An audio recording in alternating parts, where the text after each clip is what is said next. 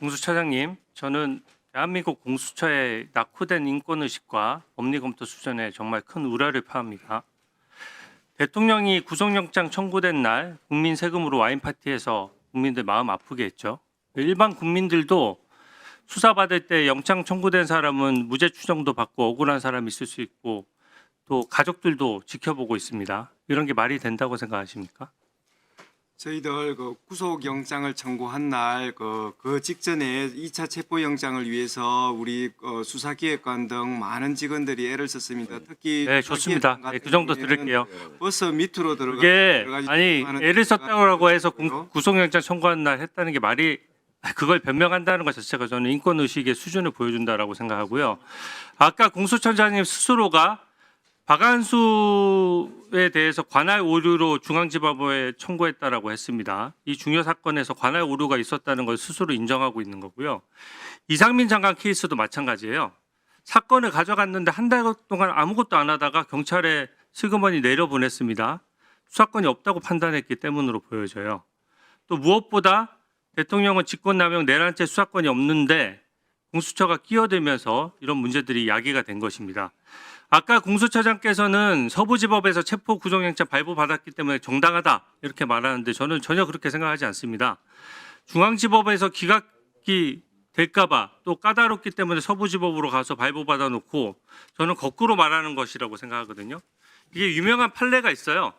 지자체장 형사사건에서 압수수색 영장이 합법이라고 해서 이를 토대로 확보했던 USB를 토대로 1심, 2심 다 유죄가 났는데 대법원에서 그 압수영장이 불법으로 판명되면서 증거가 무효가 되고 무죄가 선고된 유명한 판례가 있습니다.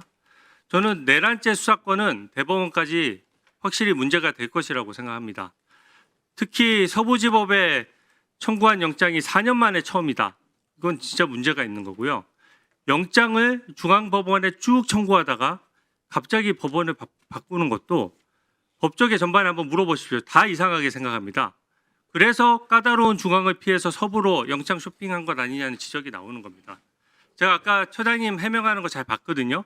한번 정리를 해보겠습니다.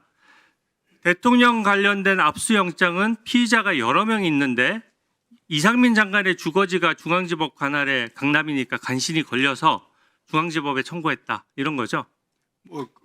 지금 간단히 답변해 주십시오. 마지막에 이상민 장관이 피의자로 되었기 때문에 관할이 인정돼. 네, 그래서 어쩔 수 없이 했다는 것 같아요. 근데 그 영장만 하더라도 압수수색 장소가 대부분 용산이고 국회고 이상민 장관 주소지 외에 다른 주된 피의자들은 전부 다 관할이 전부 다 중앙이 아닌데 이상민 장관 한 명 때문에 중앙 관할을 억지로 만들어냈다는 말로 들려서 이게 일반적이지 않다는 말씀 먼저 드리고요. 장소 관할이 정말 중요했다 그러면 다수 사람의 주된 주거지나 또 압수수색 장소 중에 좀 다수인 곳에 관할인 서부지법에 처음부터 청구했어야 마땅합니다. 이상민 장관 한 명 때문에 중앙이 했다는 게 핑계로 보여지고요. 또 보니까 윤석열 대통령은 주소지와 범죄지가 모두 서부지법 관할이어서 어쩔 수 없이 서부지법에 청구했다. 이런 지금 입장이시죠? 그죠? 네, 지금 윤석열 간단히만 말씀하세요. 단독으로 해서 체포영장을 청구함에 있어서는 지금 중앙법원의 관할이 있나? 하나만 물어보겠습니다. 형사소송법도 여러 가지 관할이 있어요. 네. 공범관계에 있는 사람이 관할이 있으면 관련 관할이 생기는 겁니다. 그 형사소송법 원칙 아닙니까? 맞습니다. 그러면 윤석열 대통령은 딱 서부지법에만 관할이 있는 겁니까? 아니면 중앙과 서부에 둘 다 관할이 있는 것입니까? 서부법원에 제일 먼저 그 관할이 있고요. 그다음에 국회가 또 범죄지인 아니 먼저라는 개념이 없죠. 중앙에만 서부에만 가능한 겁니까? 아니면 중앙과 서부에 둘 다 가능한 것입니까? 지금 그 당시 간단한 돌아가 질문이지 보면은 않습니까?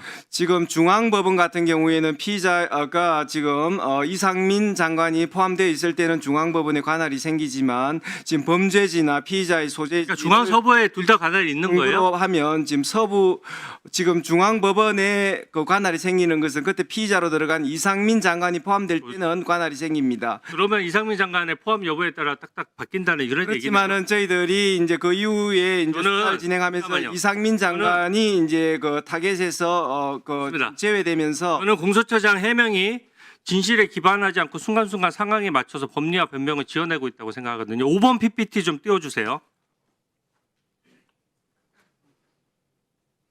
5번 PPT 보시면은 이게 12월 6일자 김용현 장관에 대한 체포영장입니다. 그러면은 김용현 체포영장 저기 딱 보시다시피 중앙지방법원에 청구를 했어요. 주소지를 보면 서대문구로 되어 있습니다. 서대문구 어디 관할입니까? 서부지방법원 관할이죠? 네. 서부지방법원 관할이고 관저라고 하더라도 국방부 장관 관저는 용산에 있습니다.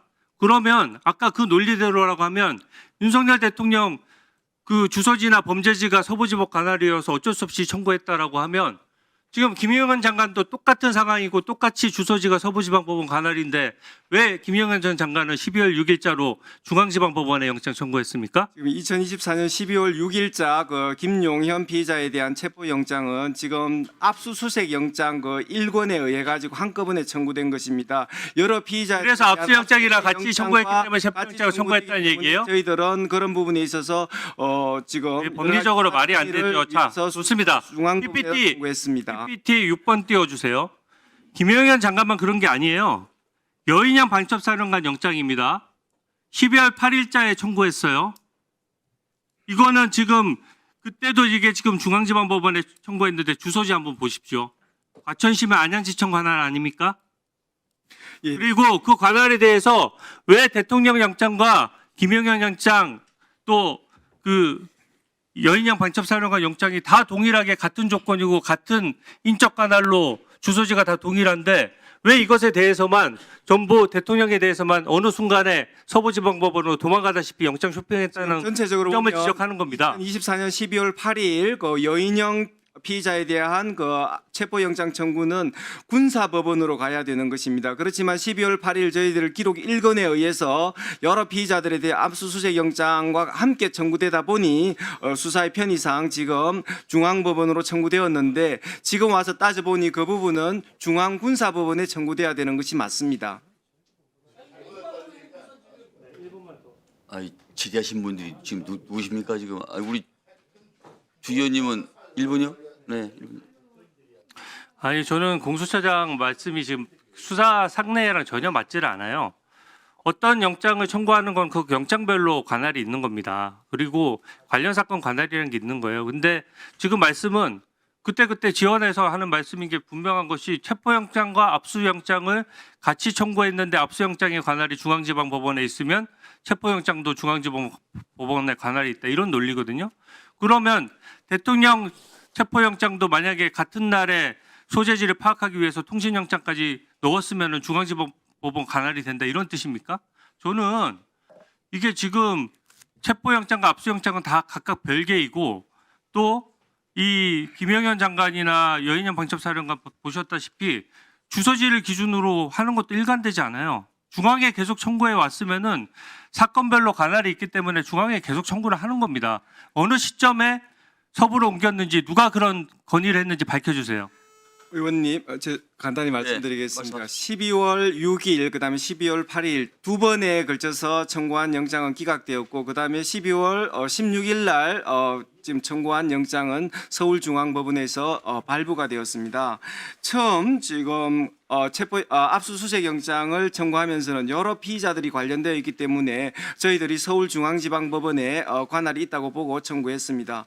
그 다음에 이제 피의자들이 나눠서 지금 여러 가지를 업무 처리함에 있어서 군인들이 문제되었을 때는 중앙군사법원에 했고요. 그 다음에 지금 김용현 피의자에 대한 체포영장은 동부법원에 청구했고요. 그 다음에 윤석열 대통령에 대한 체포영장은 지금 따져보면은 범죄지나 그 다음에 주소지가 지금 중앙법원에 지금 없게 됩니다. 그렇기 때문에 저희들이 여러 관할 정도가 제일 높은 서부법원에 청구하게 된 것입니다.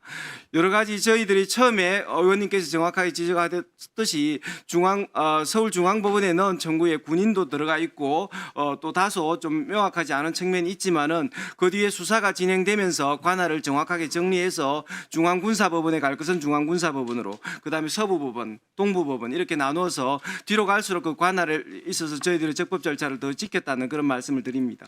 네, 수고하셨습니다. 자, 장동 의원 질의해 주세요.